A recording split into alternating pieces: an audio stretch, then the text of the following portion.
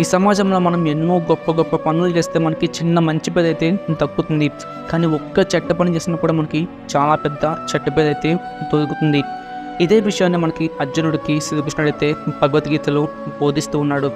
భగవద్గీత 2.36 అవాచ్య వాదాంశ బహున్ వదిష్యతి తవాహిత నిందం తస్తవ సామర్థ్యం తతో దుఃఖ తరం నుఖిం.